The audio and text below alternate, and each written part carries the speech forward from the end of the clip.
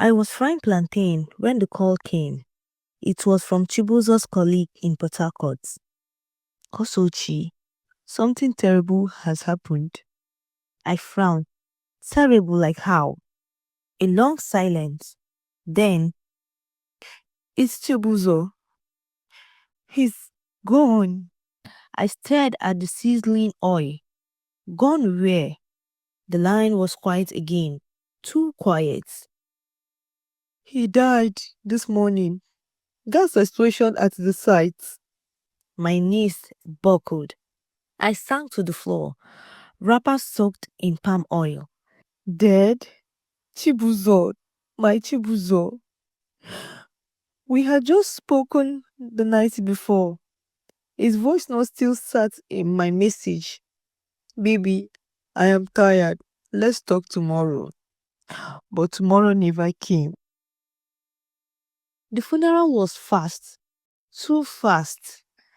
A charred body in a black bag. They said it was better not to look. Unrecognizable, they said. Just bury him. So I did. I watched them lower the coffee into the earth. My chest hollow. My mind distant. For weeks, I barely lived.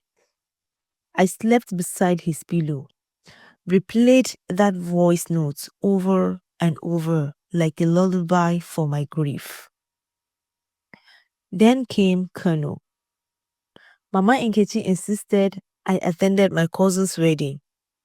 You need to breathe, she said. This grief is swallowing you. Reluctantly, I went. One afternoon, I stepped out for SUYA just to stretch my legs. And that's when I saw him. Chibuzo. Not someone that looks like him. Him. Laughing by a SUYA stand. The same lazy drawl. Same mannerism. Same crooked smile. He turned and saw me. Our eyes locked. And he ran. I chased him barefoot, screaming his name. Chibuzo. People turned. Keke drivers slowed down. But he vanished into the crowd. I stood there, panting, confused, shaking. Was I hallucinating? Was my grief now playing tricks on me? But deep down, I knew what I saw. He was alive. I told no one. They would say I was losing my mind.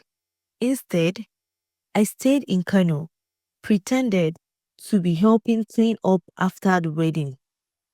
But every day, I walked those same streets, hoping, searching, and then I found him, or rather, heard him. I was in the pharmacy when I heard that unmistakable voice. Give her the pink syrup. She preferred the taste. I turned. There he was, Chibuzo, alive, talking to pharmacists.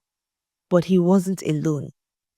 Next to him stood a young woman, light-skinned, soft eyes, holding a little girl, maybe 2 years old. The child has his eyes, his nose, his everything. I froze, dropped the drugs in my hand. He turned, saw me, and this time he didn't run. Kusochi. The woman frowned. Who is she? My voice trembled. You died. I buried you. He looked down. Not here, he whispered. We went behind the pharmacy. He looked smaller, broken. This is Tenny, he said, gesturing to the woman. And the girl is mine. I blinked. So you had a daughter. While I was mourning your death. It's not what you think, he said quickly. Tenny was before you. I didn't know she was pregnant. I only found out 2 years into our marriage. I stared at him, stunned. You hid a whole child for years? He sighed.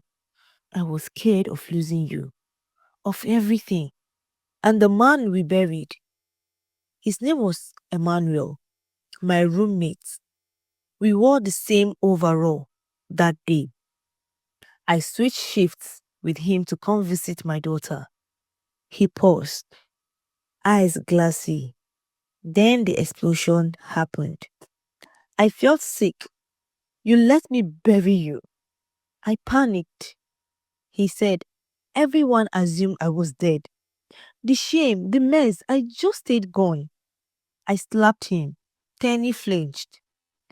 You watched me cry, mourn, collapse. When you were here playing happy family.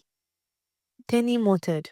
He wanted to tell you. I told him not to. I didn't want drama in my daughter's life. I stepped back. You already created drama, I said. You buried me with him. 3 weeks later, Chibuzo came to Enugu. I opened the door and found him standing there. Small suitcase, envelope in hand, red eyes. Kusochi, please, hear me out. I said nothing. He sat on the small bench by my flower pots, dropping the envelope. This is my bank record, my savings, property papers. It's all here. I didn't touch it. I left them, Penny and the child. I told them the truth.